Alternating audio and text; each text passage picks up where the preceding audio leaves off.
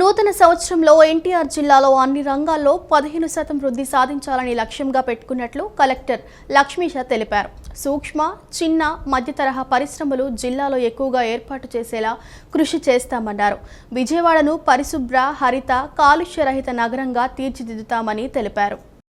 ఎన్టీఆర్ జిల్లా collector Lakshmisha collector camp కార్యాలయంలో విలేకరుల సమావేశం నిర్వహించారు.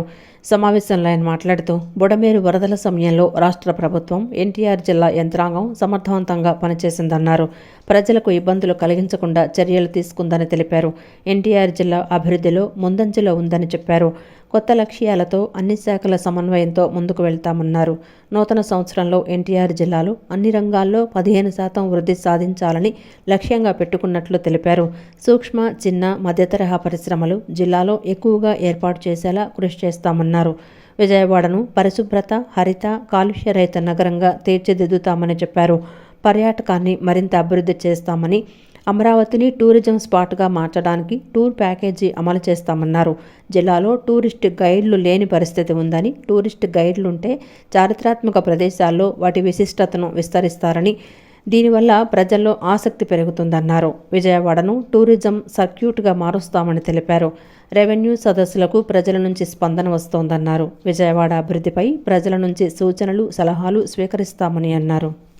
కొత్త లక్ష్యాలతో మన స్టాఫ్ని కూడా అప్రమత్తం చేసుకుంటూ ఇప్పుడు మనకు అయితే విజన్ ఆంధ్రప్రదేశ్ 2047 గౌరవ ముఖ్యమంత్రి వారు ఇచ్చున్నారో మన ఒక జిల్లాకి అయితే విజన్ ఉందో ఈ విజన్ ప్రకారం ముందుకు వెళ్ళడానికి ఎప్పటికప్పుడు జిల్లాలో ఉన్న అధికారులని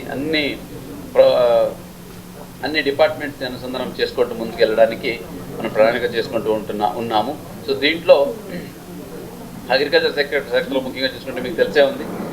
అగ్రికల్చర్ పర్ఫార్మెన్స్ ఎట్లాగా ఏదో ఒక నంబర్స్తో కాకుండా మనం అంకిఅంశాలు ఏది మెయిన్లీ గ్రోత్, ఎకనామిక్ గ్రోత్ ప్రకారంగా మెజర్ చేసుకుంటూ ముందుకెళ్ళడానికి 15% యావరేజ్ గ్రోత్ ప్రతి నెక్స్ట్ వచ్చే 5 సంవత్సరాలకు ఉండేలాగా ప్లాన్ చేసుకోవడం జరిగింది. దీనికి కావాల్సిన ప్రణాళికల్ని చేసుకుంటూ ఆ డిపార్ట్మెంట్కి దిశానిర్దేశాలు ఇవ్వడం జరిగింది. అదే ప్రకారంగా వచ్చే సంవత్సరాల్లో 15% గ్రోత్ వచ్చేలాగా స్కీమ్స్ అమలు చేస్తూ ఫార్మర్స్ని చైతన్యం చేస్తూ ఫార్మర్స్ దగ్గరికి వెళ్ళడం, ఇక్కడ పొలం బడి మీకు తెలిసే ఉంది, అట్లాగే మైక్రో ఇరిగేషన్ మీకు తెలిసే ఉంది, నేషనల్ హార్టికల్చర్ మిషన్ ఉంది.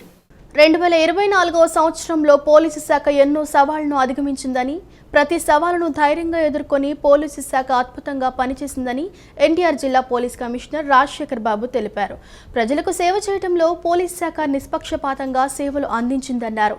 2024 అనేక సంస్కరణలు తీసుకువచ్చామని, ఆధునిక సాంకేతిక పరిజ్ఞానం, ఆర్టిఫిషియల్ ఇంటెలిజెన్స్, క్లౌడ్ పెట్రోల్ ద్వారా అనేక సత్ఫలితాలను సాధించామని, 2025లో సాధించాల్సిన లక్ష్యాలు ఇంకా చాలా ఉన్నాయని చెప్పారు. ఎన్టీఆర్ జిల్లా పోలీస్ కమిషనరేట్లోని విజయవాడ పోలీస్ కమాండ్ కంట్రోల్ రూమ్లో పోలీస్ కమిషనర్ రాజశేఖర బాబు వార్షిక నేర నివేదికను విడుదల చేశారు. ఈ సందర్భంగా ఆయన మాట్లాడుతూ ట్రాఫిక్ సమస్యలకు పరిష్కారం చూపేలా తీసుకొచ్చిన అస్త్రం యాప్ సత్ఫలితాలనిచ్చిందన్నారు. ఈ యాప్ ద్వారా దసరా ఉత్సవాల సమయంలో ట్రాఫిక్ సమస్య తలెత్తకుండా సాధారణ రోజుల్లో ట్రాఫిక్ సమస్యలకు పరిష్కార మార్గం చూపించడం జరిగిందన్నారు. ఎక్కడ ఎటువంటి సమస్య తలెత్తకుండా భవానీ దీక్షల విరమణ కార్యక్రమాన్ని నిర్వహించామన్నారు. దాతలు ముందుకు వచ్చి 27 డ్రోన్స్ ఇచ్చారని, ప్రతి పోలీస్ స్టేషన్కు ఒక డ్రోన్ అందజేశామన్నారు. డ్రోన్స్ ద్వారా అనేక నేరాలను అరికట్టామన్నారు. సైబర్ సిటిజన్ యాప్ ద్వారా సైబర్ నేరాలపై అవగాహన కల్పించామని, దాదాపు 3 లక్షల మందిని సైబర్ పౌరులుగా తీర్చిదిద్దామన్నారు. సైబర్ సిటిజన్ యాప్ ద్వారా అవగాహన కల్పిస్తూ సైబర్ నేరగాళ్ల ఆట కట్టించడం జరిగిందన్నారు. వరదల సమయంలో పోలీసు శాఖ అద్భుతంగా పనిచేసి 14 రోజుల పాటు విశిష్ట సేవలు అందించడం అభినందనీయమన్నారు. సైబర్ నేరాలకు సంబంధించి 1930 ఫిర్యాదులను వెంటనే రిజిస్టర్ చేస్తున్నామని చెప్పారు. 2024 సంవత్సరంలో 1350 కేజీల గంజాయి పట్టుకున్నామని, 267 మంది నిందితులను అరెస్టు చేశామని చెప్పారు. రోడ్డు ప్రమాదాలు తగ్గాయని, హత్యాయత్నాలు పెరిగాయని, హత్యలు, మహిళలపై నేరాల శాతం తగ్గిందన్నారు. ఎస్సీ, ఎస్టీలపై నేరాల శాతం పెరిగాయని చెప్పారు. నగరంలో నూతనంగా 121 సీసీ కెమెరాలు ఏర్పాటు చేశామని, 2025 జనవరి 20వ తేదీలోపు 1000 కెమెరాలు, ఏడాది చివరికి 10,000 కెమెరాలు ఏర్పాటు చేస్తామన్నారు. ప్రత్యేక నిఘా ఏర్పాటు చేసి దొంగతనాలపై ప్రత్యేక దృష్టి పెట్టామన్నారు. నగర సురక్షా సమితి ఏర్పాటు చేసి ముందుకు వెళ్లాలని అనుకుంటున్నట్లు తెలిపారు. ఏ కార్యక్రమాల్లో పోలీస్ శాఖ ఇంప్రూవ్ అయింది, అదేవిధంగా ఇన్నోవేట్ అయింది అనేది చూపించడానికి ఒక చిన్న స్లైడ్. ఇన్ఫ్రాస్ట్రక్చర్ మేము 2024 సంవత్సరానికి చాలా బాగా ఇంప్రూవ్ చేసుకోగలిగాం. ముఖ్యంగా ఈ కమాండ్ కంట్రోల్ సెంటర్ కావచ్చు, మీరు చూడవచ్చు. ఈ కమాండ్ కంట్రోల్ సెంటర్ అంత మునుపు అంత ఉపయోగకరంగా ఉండేది కాదు. ఈరోజు ప్రతి యాక్టివిటీ, పోలీస్ శాఖలో జరుగుతున్న ప్రతి యాక్టివిటీ కమాండ్ కంట్రోల్ సెంటర్ నుంచి మేము టేకప్ చేస్తున్నాం. వెదర్ ఇట్ బి డ్రోన్స్ కావచ్చు, లేదంటే కెమెరాస్ కావచ్చు, అలా మీకు చెప్తాను నేను. సో ప్రతిది కూడా ఈ కమాండ్ కంట్రోల్ రూమ్ నుంచి సమీక్ష అనేది ప్రతిది కూడా జరుగుతుంది. అంతేకాకుండా ఇన్ఫ్రాస్ట్రక్చర్ పరంగా మనము చాలా బెల్ హెల్లర్స్ తీసుకున్నాము, అదేవిధంగా చాలా రోప్స్ తీసుకున్నాము, తర్వాత చాలా ప్లేసెస్లో టెక్నాలజీ పరంగా డ్రోన్స్ తీసుకున్నాము. ఈ అస్త్రం అనే ఒక ఏఐ టూల్ ఏదైతే ఉందో, ఆర్టిఫిషియల్ ఇంటెలిజెన్స్ టూల్ అందుబాటులో తెచ్చిన తర్వాత ఒక ట్రాఫిక్ మీద ఒక సైంటిఫిక్ అప్రోచ్తో ముందుకు పోతున్నాం. దీని మీద ఇంకా చాలా డిస్కస్ చేయాల్సి ఉంది. అస్త్రం యాప్ అనేది దాని యూసేజ్ మనము ప్రతి కానిస్టేబుల్ వరకు కూడా అస్త్రం అనే అప్లికేషన్ యొక్క యూటిలైజేషను, దీంట్లో కొంత కమ్యూనిటీ పార్టిసిపేషన్తో కూడా మనం ముందుకు పోతున్నాం.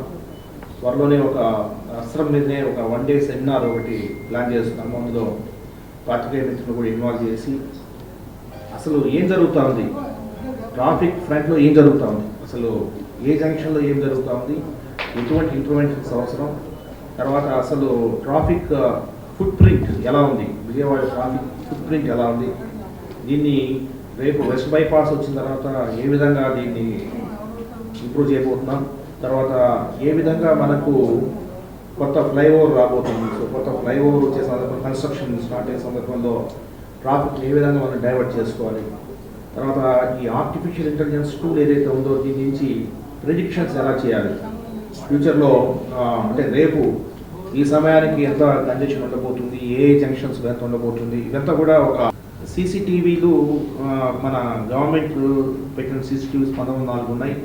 కొత్తగా పబ్లిక్ తీసుకునేసేసి 121 సీసీటీవీస్ పెట్టడం జరిగింది. ఈ సీసీటీవీస్ ద్వారా 635 కేసెస్ డిటెక్ట్ చేయడం జరిగింది. టోటల్ క్రైమ్లో మనం 635 కేసెస్ సీసీటీవీస్ ద్వారా చేయడం జరిగింది. నెక్స్ట్ 6 monthsలో పబ్లిక్ పార్టిసిపేషన్తో ఒక 10,000 కెమెరాస్ పెట్టేటట్టు ప్లాన్ చేస్తున్నాము. త్వరలోనే ఒక ఇన్ ద నెక్స్ట్ 10-15 days ఒక 1000 కెమెరాస్ ఇన్స్టాల్ చేయబోతున్నాము. Maybe somewhere around January 10th and 15th, between January 10th and 15th, we are going to install about 1000 cameras in the first go. ఇలాగా 6 monthsలో మనము 10,000 cameras పెట్టాలనే దీంతో ముందుకెళ్తాం. స్వాతంత్ర పోరాటంలో కమ్యూనిస్టులు, కాంగ్రెస్, ముస్లిం లీగ్ మాత్రమే ఉన్నారని సిపిఐ రాష్ట్ర కార్యదర్శి రామకృష్ణ పేర్కొన్నారు. రాజ్యాంగాన్ని, స్వాతంత్ర పోరాట యోధులను అవమానించేవారు ప్రస్తుతం కేంద్రంలో అధికారంలో ఉన్నారని విమర్శించారు. నగరంలోని హనుమాన్పేట దాసరి భవన్లో సిపిఐ పార్టీ శతవార్షికోత్సవాల సందర్భంగా రూపొందించిన పాటల సీడీని ఆవిష్కరించిన సిపిఐ రాష్ట్ర కార్యదర్శి రామకృష్ణ పార్టీ శ్రేణులతో కలిసి ఆవిష్కరించారు. శతవార్షికోత్సవాల సందర్భంగా 2024 డిసెంబర్ 26 నుండి 2025 డిసెంబర్ 26 వరకు సభలు, సమావేశాలు జరుగుతాయని వెల్లడించారు. నాటి స్వాతంత్ర్య పోరాటంలో అనేక ఉద్యమాల్లో కమ్యూనిస్టులే ముందు వరుసలో ఉన్నారని పేర్కొన్నారు.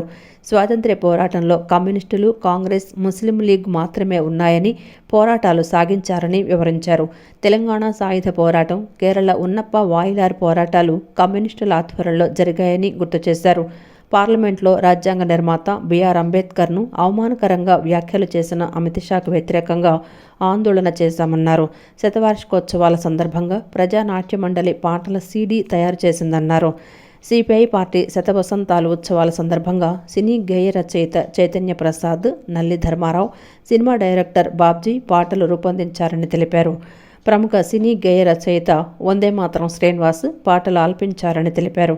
ప్రజల సమస్యలే ప్రధాన అంశంగా ప్రజా పోరాటాలు చేసి సిపిఐ పార్టీ పోరాట పటిమను తెలిపే ఈ పాటలను ప్రతి ఒక్కరూ వినాలని సిపిఐ రాష్ట్ర కార్యదర్శి కె రామకృష్ణ సూచించారు. 1946లో జరిగిన రాయల్ నేవీ తిరుగుబాటుకు ఆ రోజు భారతదేశంలోనే సంచలనం కలిగించే పోరాటము. తుపాకులు చేతబట్టుకొని పై అధికారులపైన తిరుగుబాటు చేశారు. అక్కడ నేవీ ఫోర్స్లో పనిచేస్తున్న వాళ్ళు.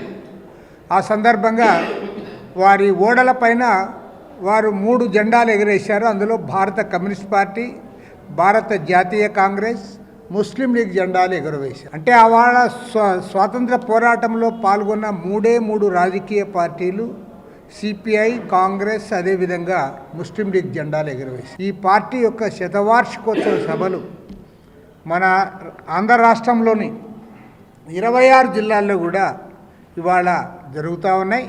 ఈ సంవత్సరం అంతా కూడా ఇవాళ వామపక్ష భావజాలాన్ని, కమ్యూనిస్టు ఉద్యమాన్ని ముందుకు తీసుకోవడానికి ఈ కార్యక్రమాలు చేపట్టాం. ప్రత్యేకించి ఇవాళ ఒక దురదృష్టమైన పరిస్థితి దేశంలో నెలకొని ఉంది. ఎందుకంటే స్వాతంత్ర పోరాటంలో వాళ్ళు పాల్గొనాలే, వాళ్ళకి అసలు రాజ్యాంగం పైన విశ్వాసం లేదు. అందుకోసం మనం చూస్తూ ఉన్నాం ఇవాళ కేంద్రంలో అధికారంలో ఉన్న పరిపాలకులు సాక్షాత్తు పార్లమెంట్లోనే రాజ్యాంగ నిర్మాత అంబేద్కర్ అవమానించే పరిస్థితికి వచ్చారు. నూతన సంవత్సర వేడుకల్లో హద్దుమీరి ప్రవర్తిస్తే చర్యలు తప్పవని విజయవాడ వాసులకు నగర పోలీస్ కమిషనర్ రాజశేఖర్ బాబు హెచ్చరించారు. నూతన సంవత్సర వేడుకలు ఆమోదయోగ్యం, ఆహ్లాదకరంగా, ఆరోగ్యంగా, హానిరహితంగా ఉండాలన్నారు. డిసెంబర్ 31వ తేదీ రాత్రి నిర్వహించుకునే వేడుకల నేపథ్యంలో ప్రజల భద్రతను దృష్టిలో ఉంచుకుని ఆంక్షలు విధించామన్నారు.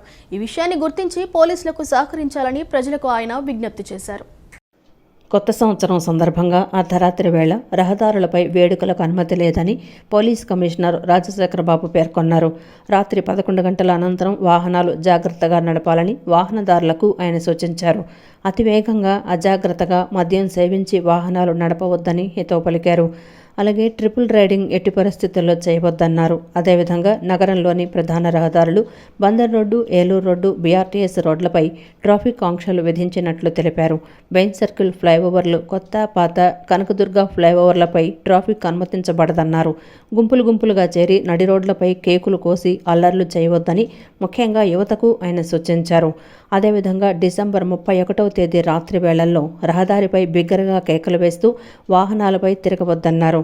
ఏడాది చివరి రోజు రాత్రి వేళ నగరంలో గస్తీ ముమ్మరంగా ఉంటుందన్నారు. మద్యం సేవించి అల్లర్లకు పాల్పడితే మాత్రం పరిణామాలు తీవ్రంగా ఉంటాయని హెచ్చరించారు.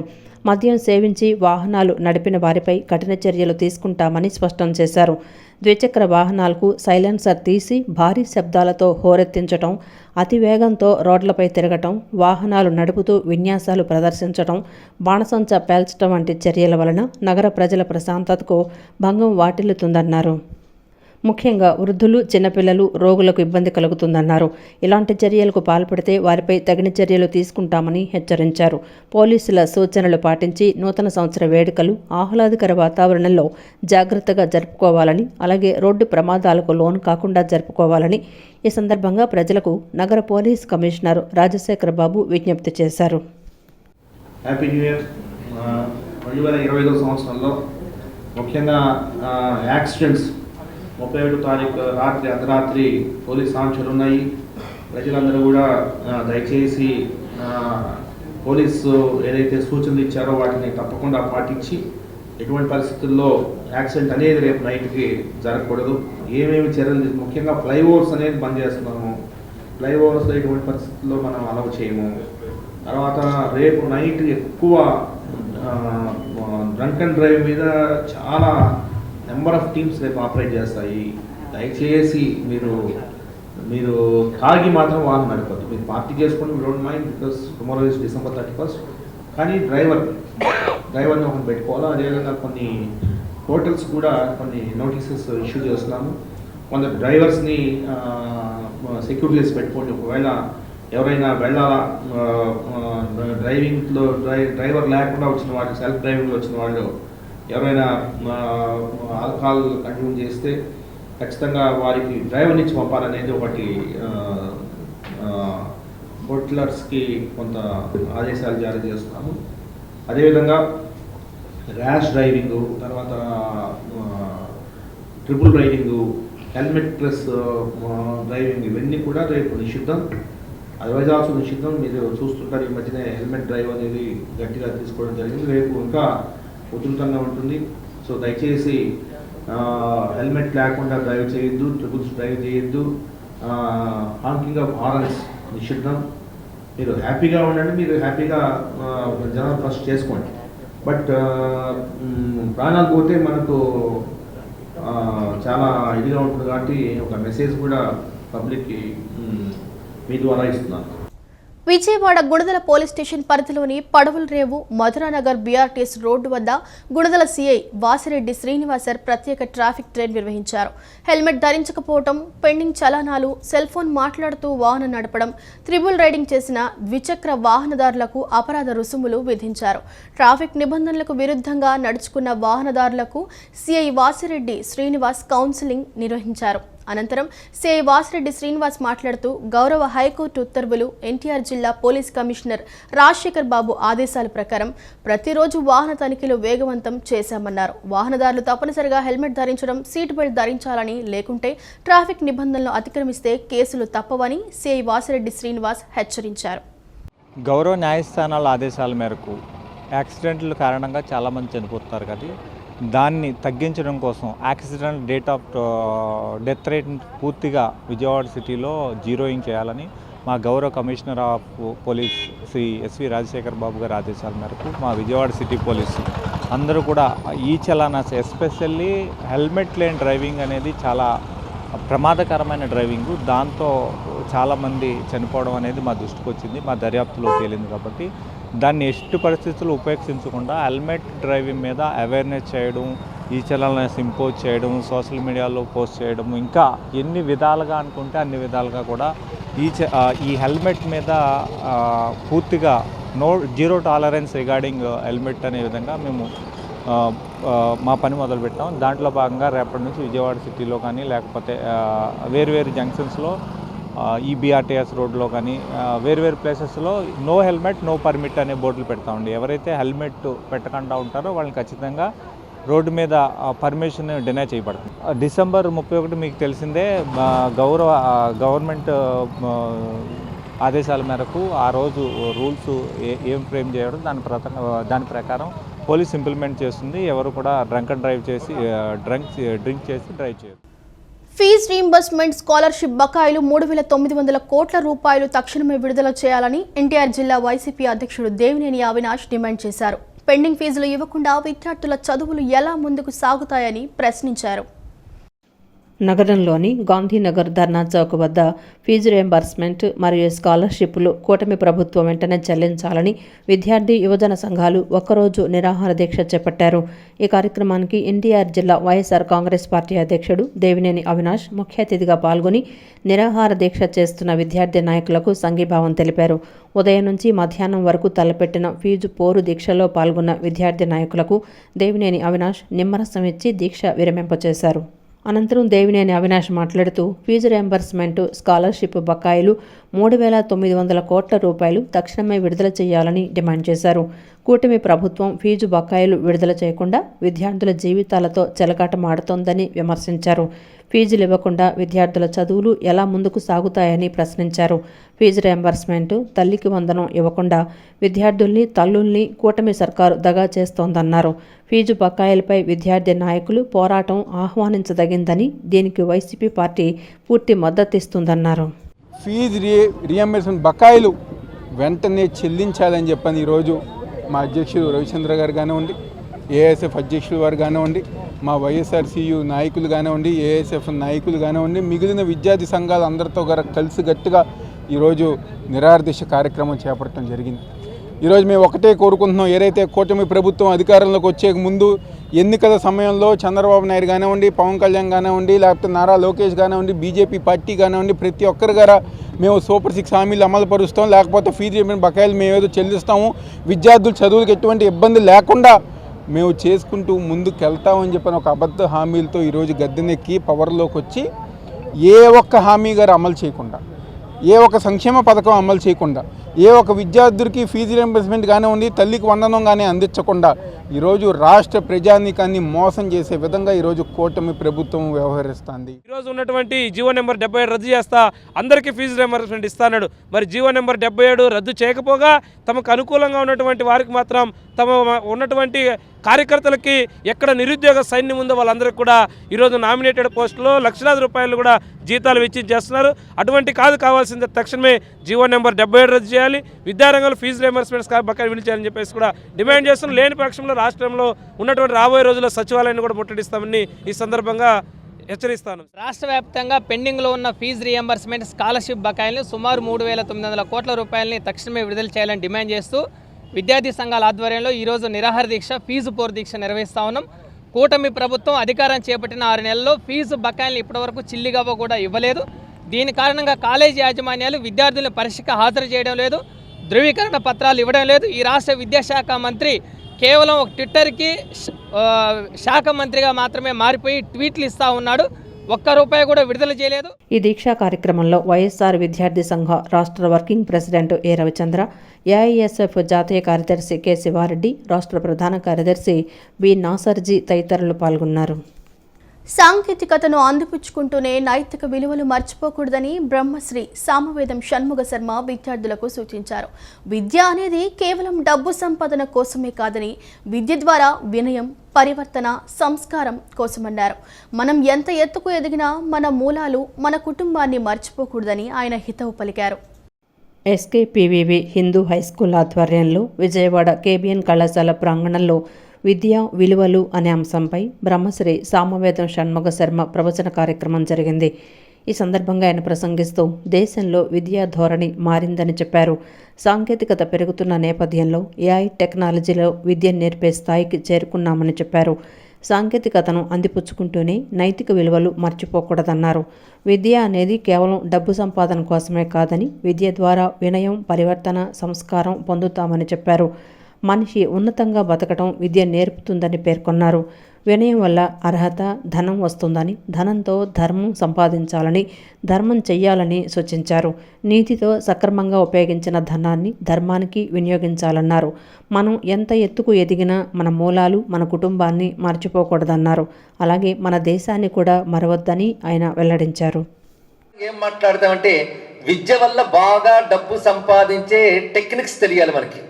దాని ద్వారా డబ్బు సంపాదించి ఏదో ఒక మంచి పొజిషను, బిజినెస్ చేసి మనం జీవితంలో సుఖపడాలి. ఇదే సాధారణంగా అందరూ అనుకుంటారు.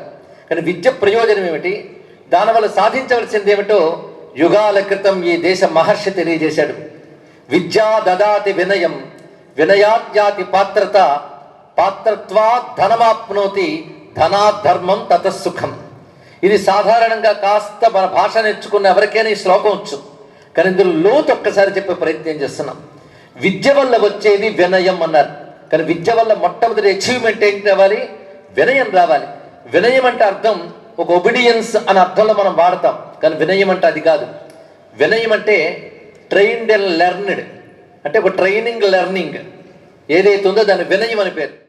పార్లమెంట్ వేదికగా రాజ్యాంగ నిర్మాత డాక్టర్ బాబాసాహెబ్ అంబేద్కర్ పై అనుచిత వ్యాఖ్యలు చేసిన కేంద్ర హోంశాఖ మంత్రి అమిత్ షా తక్షణమే మంత్రి పదవికి రాజీనామా చేయాలని వామపక్ష పార్టీల నేతలు డిమాండ్ చేశారు. దేశ ప్రజలకు ప్రధాని నరేంద్ర మోడీ, అమిత్ షాలు క్షమాపణలు చెప్పాలన్నారు.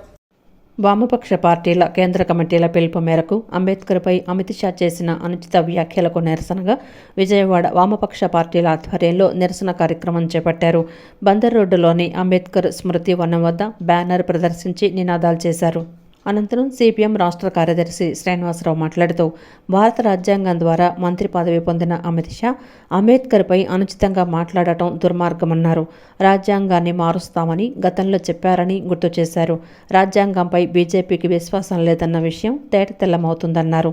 75 ఏళ్ల భారత రాజ్యాంగంపై చర్చ జరుగుతున్న సమయంలో రాజ్యాంగ నిర్మాతను అవమానించేలా వ్యాఖ్యలు చేయడం దారుణమన్నారు. తక్షణమే అమిత్ షా కేంద్ర మంత్రి పదవికి రాజీనామా చేయాలని డిమాండ్ చేశారు. డాక్టర్ బిఆర్ అంబేద్కర్ను అవమానపరుస్తూ భారతదేశ ప్రజలు తల వంచుకునేలా చేసినటువంటి హోంమంత్రి అమిత్ షా ఈరోజు ఆ పదవిలో కొనసాగే నైతిక అర్హత లేదు. తక్షణం రాజీనామా చేసి దేశ ప్రజలకు క్షమాపణ చెప్పాలని డిమాండ్ చేస్తూ వామపక్ష పార్టీల ఆధ్వర్యంలో దేశవ్యాప్తంగా ఈరోజు నిరసనలు వ్యక్తం అవుతూ ఉన్నాయి. పార్లమెంటులో రాజ్యాంగ దినోత్సవం జరుపుతూ ఆ రాజ్యాంగ నిర్మాత అయినటువంటి బిఆర్ అంబేద్కర్ పేరు ఉచ్చరించడం తప్పన్న తర్వాత భారతదేశ ప్రజలందరినీ కూడా 140 కోట్ల మంది ప్రజల్ని అవమానపరచడం ఇది. ఆ రాజ్యాంగం మీదే ప్రమాణం చేసి నేను ఆ విలువలను కాపాడుతానని చెప్పినటువంటి అమిత్ షా మంత్రి అయ్యి ప్రజల యొక్క తీర్పుతో అధికారానికి వచ్చి ఈరోజు దాన్ని అవమానించడం, ఆ రాజ్యాంగం యొక్క నిర్మాతగా ఉన్నటువంటి అంబేద్కర్ని ఉచ్చరించొద్దు, ఆ పేరు ఉచ్చరిస్తే ఏదో మహాపాపం అయినట్టు, ఆ పేరు ఉచ్చరించడానికి బదులుగా దేవుణ్ణి స్మరిస్తే 7 సార్లు స్వర్గానికి పోతారని చెప్పడం అంటే ఈ దేశ ప్రజలందరూ దాన్ని స్వర్గానికి పంపడానికి సిద్ధమైనట్టు కనిపిస్తుంది. అనంతరం సిపిఐ రాష్ట్ర కార్యదర్శి రామకృష్ణ మాట్లాడుతూ అమిత్ షా వ్యాఖ్యలను ప్రధానమంత్రి బలపరచడం సిగ్గుచేటన్నారు. దేశ ప్రజలకు తక్షణమే క్షమాపణలు చెప్పాలని డిమాండ్ చేశారు. మరి మన రాష్ట్రంలో ఉన్న ముఖ్యమంత్రి చంద్రబాబు నాయుడు గారు స్పందించారు. ఉప ముఖ్యమంత్రి పవన్ కళ్యాణ్ గారు ఏమీ మాట్లాడరు. ఒక ఎంపీడీఓకి ఏమో అయ్యిందంటేనే విమానం వేసుకొని పోతా ఉన్నాడు తప్ప దేశమంతా చర్చ జరుగుతున్న ఈ అంశంపై ఆయన మాట్లాడు. మరి ప్రతిపక్ష నాయకుడు జగన్మోహన్ రెడ్డికి ఏమైనా నోరు పడిపోయిందేమో తెలియదు, ఆయన కూడా మాట్లాడు. కాబట్టి మీకు ఒక పిరికి పందల మాదిరి ఎందుకు బతుకుతూ ఉన్నారని నేను అడుగుతా ఉన్నా. సాక్షాత్తు భారత రాజ్యాంగ నిర్మాత అంబేద్కర్ని అవమానించినా మీరు మాట్లాడకుండా అసలు మీదే అధికారం ఉంటే చాలు, మీ ప్రాపకం ఉంటే చాలు అనే పద్ధతుల్లో ఎందుకు వ్యవహరిస్తూ ఉన్నారో రాష్ట్ర ప్రజలకు సమాధానం చెప్పాలి. ఇవాళ భారతదేశ వ్యాప్తంగా వామపక్షాల ఆధ్వర్యంలో జరుగుతున్న ఈ పోరాటం రాబోయే రోజుల్లో ఇతర ప్రజా సంఘాలు అదేవిధంగా అన్ని పార్టీలను కూడా కలుపుకొని పెద్ద ఎత్తున పోరాటాన్ని కొనసాగిస్తాం. అంబేద్కర్ జాతికి క్షమాపణ అమిత్ షా జాతికి క్షమాపణ చెప్పాలి, లేదా ఆయన క్యాబినెట్ నుంచి బర్తరఫ్ చేయాలని. మీకు ఆంధ్రప్రదేశ్ ప్రజల తరపున లొంగిపోతున్నారు. మీరు ప్రజల ఆకాంక్షలకి భిన్నంగా మీరు వ్యవహరిస్తున్నారు. ఎందుకు ఖండించరు? ఎందుకు మాట్లాడరు? ఈ అంబేద్కర్ విగ్రహాన్ని నేను ఏర్పాటు చేశానని చెప్పి జగన్మోహన్ రెడ్డి గారు 150 అడుగుల ఎత్తున విగ్రహం పెట్టడం కాదు, పాతాళానికి అంబేద్కర్ని తొక్కేస్తూ ఉంటే ఎందుకు నోరు మెదపరు? మీరు మాట్లాడకపోతే జనం మాట్లాడరు అనుకున్నారేమో, మీ చేత కూడా జనం మాట్లాడిస్తారు. మీరు ఆంధ్రప్రదేశ్లో ఉన్న అధికార ప్రతిపక్ష పార్టీలు లొంగిపోయి జీ హుజూర్ అంటున్నారు, జనం మాత్రం తిరగబడుతున్నారు. అందుకే వామపక్షాలుగా దేశవ్యాప్తమైన ఆందోళన సాగిస్తున్నాం. అమిత్ షా రాజీనామా చేసే వరకు, క్షమాపణ చెప్పే వరకు ఈ ఆందోళన ఆగదని హెచ్చరిస్తున్నారు. ఈ నెల 28న జరిగిన స్టాండింగ్ కమిటీ సమావేశంలో వైసీపీ, టీడీపీలు కలిసి అవినీతిని ప్రోత్సహించే విధంగా తీర్మానాలు చేశాయని సిపిఎం ఎన్టీఆర్ జిల్లా కార్యదర్శి దోనిపూడి కాశీనాథ్ ఆరోపించారు. 2020లో కాంట్రాక్టు పద్ధతిపై కార్మికులను తీసుకోవడానికి ఎంహెచ్ఓ సంతకాన్ని ఫోర్జరీ చేశారని గుర్తు చేశారు. 5 ఏళ్ల తర్వాత ఆ కాంట్రాక్టర్కు బిల్లులు చెల్లించడానికి తీర్మానం చేయడం సిగ్గుచేటని మండిపడ్డారు. గవర్నర్పేట శ్రీశ్రీ భవనం నందు సిపిఎం నేతలు విలేకరుల సమావేశం ఏర్పాటు చేశారు. సమావేశంలో సిపిఎం ఎన్టీఆర్ జిల్లా కార్యదర్శి దొనిపూడి కాశీనాథ్ మాట్లాడుతూ స్థాయి సంఘం సమావేశంలో తీసుకున్న నిర్ణయాలు అవినీతిని ప్రోత్సహించే విధంగా ఉన్నాయని ఆరోపించారు. వైసీపీ, టీడీపీలు కలిసి అవినీతిని ప్రోత్సహిస్తున్నాయని చెప్పారు. 2020లో కాంట్రాక్టు పద్ధతిపై కార్మికులను తీసుకున్నారని, 2020లో తీసుకుంటే 2024లో బిల్లు పెట్టారని అన్నారు. కాంట్రాక్టర్ ఒకరైతే బిల్లు పెట్టింది వేరే వారని చెప్పారు. 5 సంవత్సరాల క్రితం వాటికిప్పుడు బిల్లులు పెట్టారని, దీని వెనుక ఎంతమందికి ముడుపులు అందాయని ప్రశ్నించారు. ఫోర్జరీ కారణంగా అప్పుడు బిల్లులు ఆపేశారని, మళ్లీ ఇప్పుడు 32 లక్షల బిల్లులు చెల్లించాలని తీర్మానం చేయటం గర్హనీయమన్నారు. సమ్మిళితంగా ప్రోత్సహిస్తున్నటువంటి పరిస్థితి కనపడతా ఉంది.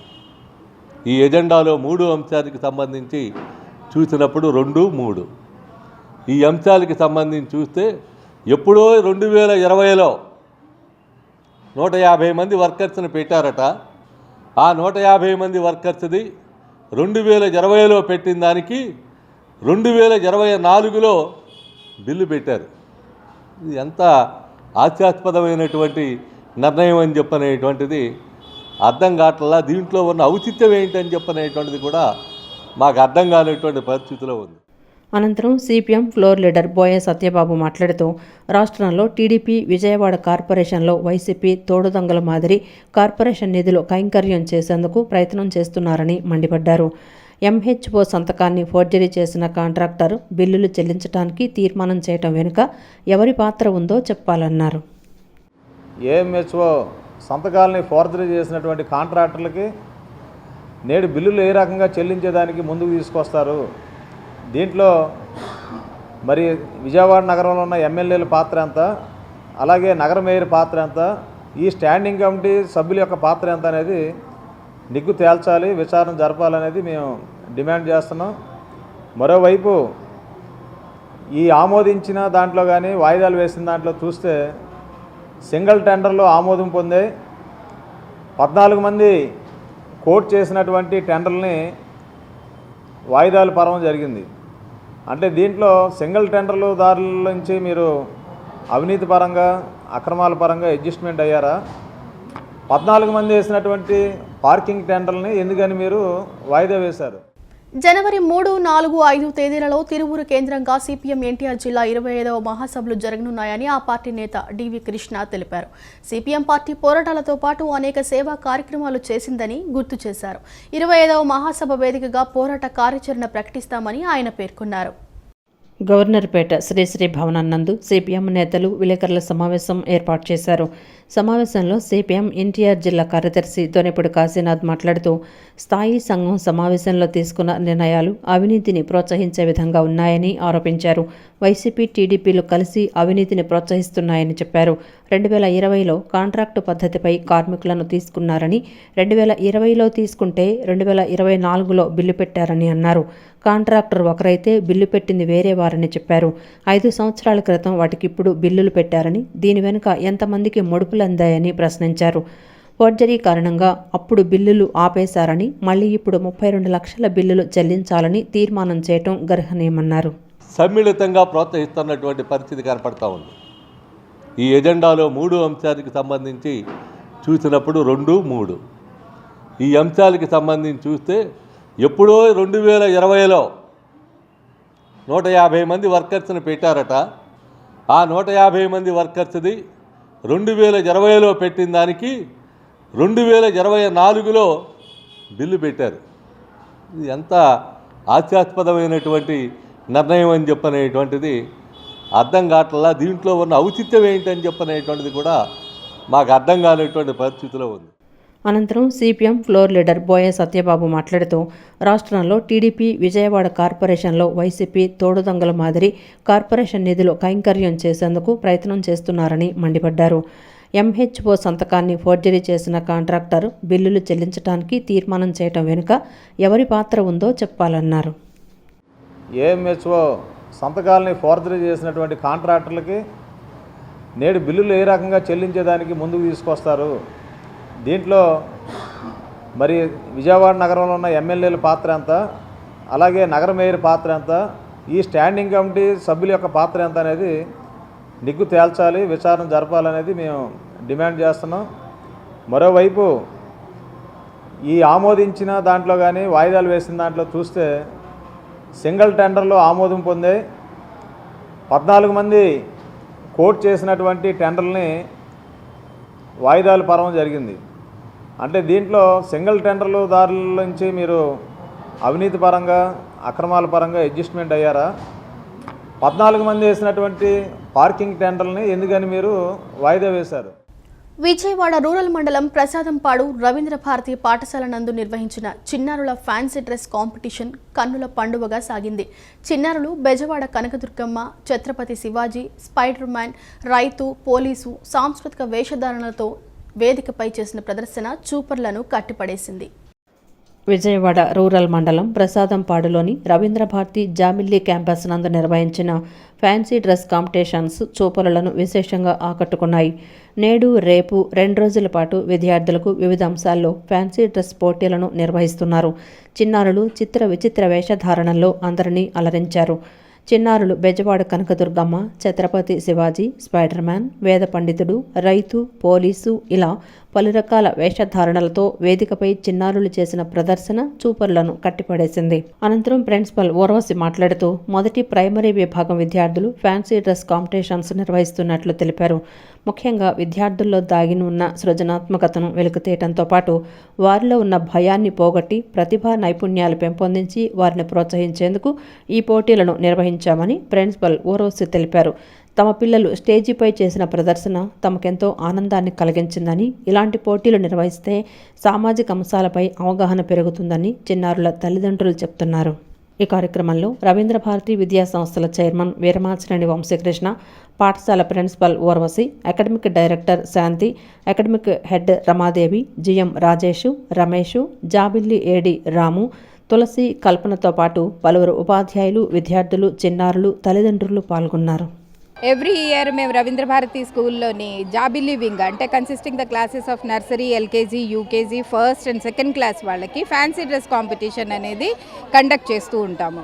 The main theme behind this is to just take out the creativity of the children.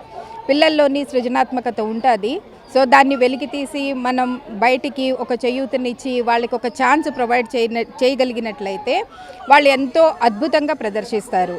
So ఈ విధంగా ఈ ఫ్యాన్సీ డ్రెస్ కాంపిటీషన్లోని ఇంకో అడ్వాంటేజ్ ఏంటంటే వాళ్ళకి స్టేజ్ ఫియర్ అనేది ఉండదు, పబ్లిక్ స్పీచ్ అలవాటు అవుతుంది, మిగతా పిల్లలతోని కలవడం కూడా వాళ్ళకి అలవాటు అవుతుంది. సో ఈ ఎక్స్పోజర్ని మేము ఫోకస్ చేయడానికి ఫ్యాన్సీ డ్రెస్ కాంపిటీషన్ అనేది ఎవ్రీ ఇయర్ మేము జరుపుతూ ఉంటాము. ఈరోజు కూడా ఈ సందర్భంగా nursery, LKG and second class వాళ్ళకి జరుగుతుంది. రేపు కూడా మేము యూకేజీ అండ్ ఫస్ట్ క్లాస్ పిల్లలకి ఈ ఫ్యాన్సీ డ్రెస్ కాంపిటీషన్ని థ్యాంక్ యూ రవీంద్ర భారతి మేనేజ్మెంట్కి ఇది చేసినందుకు. ఈ కార్యక్రమం వలన వీలైనంత వరకు సోషల్ అవేర్నెస్ అనేది పెరుగుతుంది. సో చిన్నపిల్లల్లో ఇట్లా సోషల్ అవేర్నెస్ పెంచుతూ ఇటువంటి కార్యక్రమాలు చేస్తున్నందుకు థ్యాంక్ యూ సో మచ్.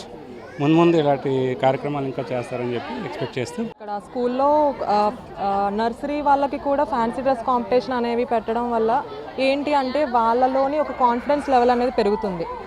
ఇంకా నెక్స్ట్ ఏంటంటే ఏదైనా అంటే సోషలిజం అవ్వడానికి, వాళ్ళకి యాక్టివ్గా ఉండడానికి, ఎందులోనే యాక్టివ్గా పార్టిసిపేట్ చేయడానికి ఒక ధైర్యం అనేది వస్తుంది. కాన్ఫిడెన్స్ లెవెల్ మెయిన్ పెరుగుతుంది. ఈ ఏజ్ నుంచి మనం కాన్ఫిడెన్స్ లెవెల్ పెంచడం వల్ల ఏంటంటే వాళ్ళ ఫ్యూచర్ బాగుంటుంది. సో ఇప్పుడు ఏ స్కూల్లో అయినా ఇలాంటివి అనేది ఉండాలి. దీనివల్ల ఏంటంటే కిడ్స్ కూడా చాలా నాలెడ్జబుల్గా ఉంటారు. సో మా అబ్బాయి ఇందులో పార్టిసిపేట్ చేయడం చాలా హ్యాపీగా ఉంది. ఈ వార్తలు ఇంతటితో సమాప్తం. నమస్కారం.